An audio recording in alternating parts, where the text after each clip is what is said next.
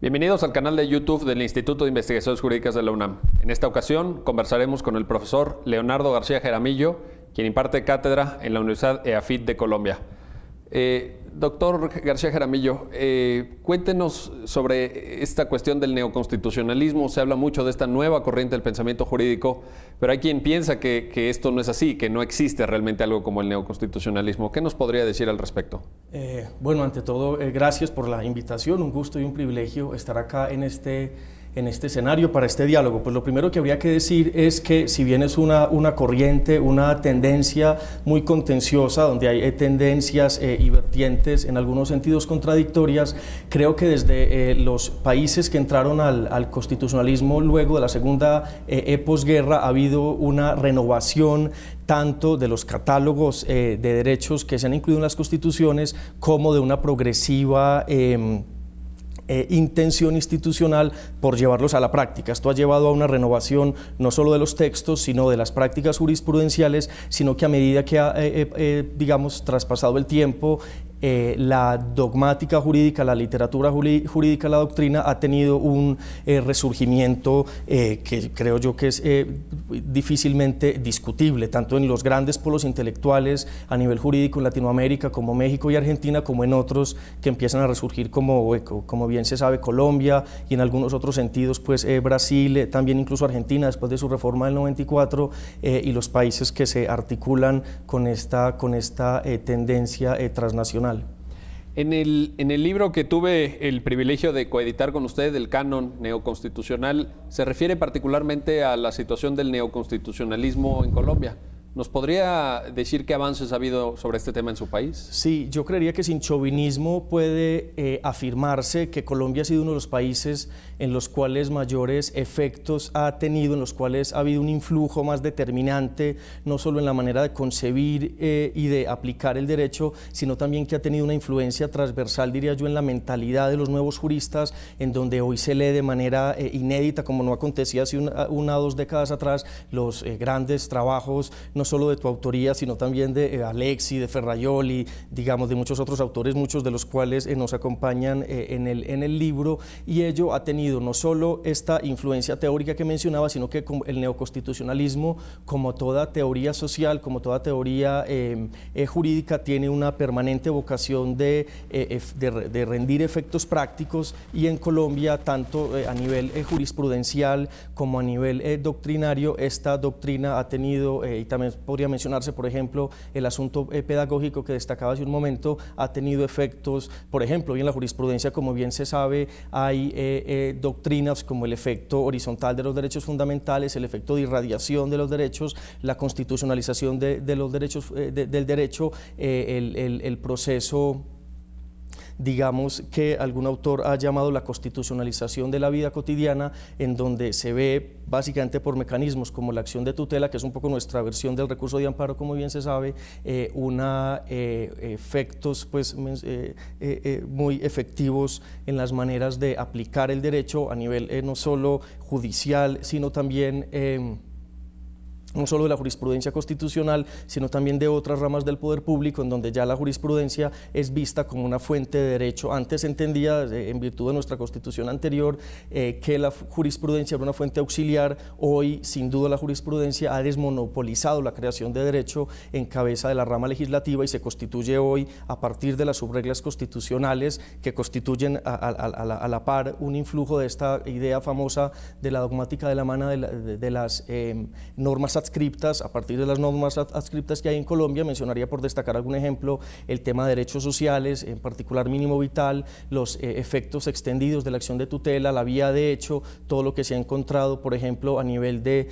se sabe, por ejemplo, que Colombia es uno de los países donde más se violan los derechos fundamentales en el mundo, uno de los países más desiguales de la región más desigual del mundo, y ahí la jurisprudencia, en algunos casos de manera desafortunada, pero creo yo que en general de manera afortunada, ha reivindicado las teorías surgidas a nivel transnacional, y se ven en ello pues rendimientos prácticos, efectivos, que cualquier lector desprevenido podría encontrar. No creo yo que a estas alturas haya que hacer un gran esfuerzo de interpretación o de elucubración o de arqueología para tratar de encontrar esos elementos. Son palpables, son visibles, tanto en la doctrina, en la jurisprudencia, como en la misma pedagogía del derecho en general. Algunos de los elementos que usted menciona están vinculados al trabajo que ha hecho la Corte Constitucional colombiana. Es un elemento muy llamativo de la Constitución del 91. La jurisprudencia colombiana pues se ha estudiado y se ha comentado en América Latina. Hay quienes sostenemos que la Corte colombiana, con sus vaivenes y sus altibajos, es la mejor Corte Constitucional de toda América Latina.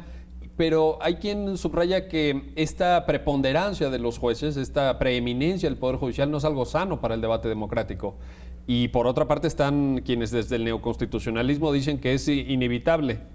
esta pieza maestra dentro de la arquitectura neoconstitucional. ¿Cómo lo percibe usted, esta preeminencia de los jueces, el papel de la Corte Constitucional en Colombia? ¿Qué nos podría aportar en ese sentido? En un sentido muy breve, querría aludir en primer lugar a la génesis de la propia jurisprudencia constitucional en el año 91-92, en donde cuando se expide la Constitución se crea una Corte Constitucional de transición con un número menor de magistrados respecto a los 9 que después la vino a integrar, y por una cuestión que yo en mis clases no puedo atribuir, y lo digo un poco jocosamente, al azar o a la divina providencia, es que la Corte Constitucional en ese contexto fue integrada por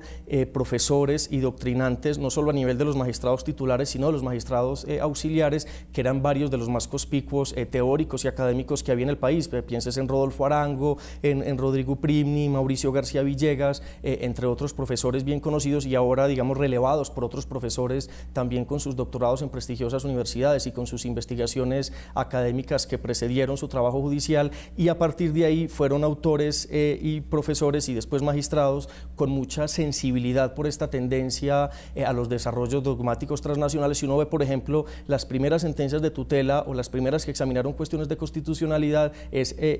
palpable el influjo, por ejemplo, tratándose de la jurisprudencia tan polémica, el mínimo vital, toda la doctrina del Recht auf Existenzminimum de la jurisprudencia administrativa alemana, en donde si bien la Constitución alemana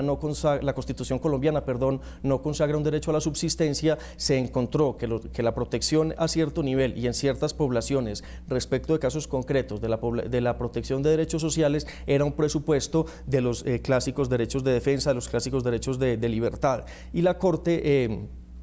de alguna manera revolucionaria, por decirlo de alguna forma, se ha tomado muy en serio las instituciones del neoconstitucionalismo, todas las herramientas que se le dotó a la rama judicial a partir de nuestra Constitución del 91, y sin duda el que se haya desbancado, como mencionaba ahora, la ley del podio, del primer podio pues, como fuente del derecho, pues ha generado mucha discusión, tanto por un asunto de competencias como por un asunto de las decisiones que tienen impacto fiscal. Yo creía que ahí había como dos líneas de debate muy complejas de desarrollar en este instante, pero piénsese, por ejemplo, en un caso que va a generar mucha discusión próximamente, porque hoy la Corte está discutiendo el tema del matrimonio igualitario, que en muchos otros países, piénsese en lo que aconteció en México, en lo que aconteció sobre todo en Argentina, este debate se dio a nivel legislativo. Perdón, cuando hablamos de matrimonio igualitario hablamos de un matrimonio entre personas del mismo sexo, ¿verdad? Exactamente. Para todas las personas que nos están viendo que tengan esa claridad. Claro, entonces en ese caso, y lo mismo pasó en Francia, cuando le llega el caso a la Corte y la Corte dice: yo no voy a decir que es constitucional o no, simplemente creo que eso lo debe decidir el legislativo, y se lo entrega al poder. El estandarte, digamos, el andamiaje más bien jurídico que ha encontrado la Corte es que esa omisión legislativa de los legisladores, de nuestros congresistas en Colombia, esa omisión de atender esas reclamaciones de las parejas homosexuales, ha comportado, sin atisbo alguno de exageración puede afirmarse, una violación de derechos. O sea, bien sabemos que los derechos se violan por acción, pero también por acción insuficiente o por inacción. Entonces la Corte ha venido, como Alexi tiene una idea un poco que es interesante, pero habría que desarrollar muy bien, que es esta idea de la legitimidad por subsidiariedad. Entonces, bien, no hay una legitimidad directa por el nombramiento a los magistrados, pero los magistrados han procurado, con un sólido corpus argumentativo, dotar de los argumentos necesarios para compensar esa legitimidad que no tienen vía nombramiento, y son decisiones muy bien fundamentadas, donde en los últimos,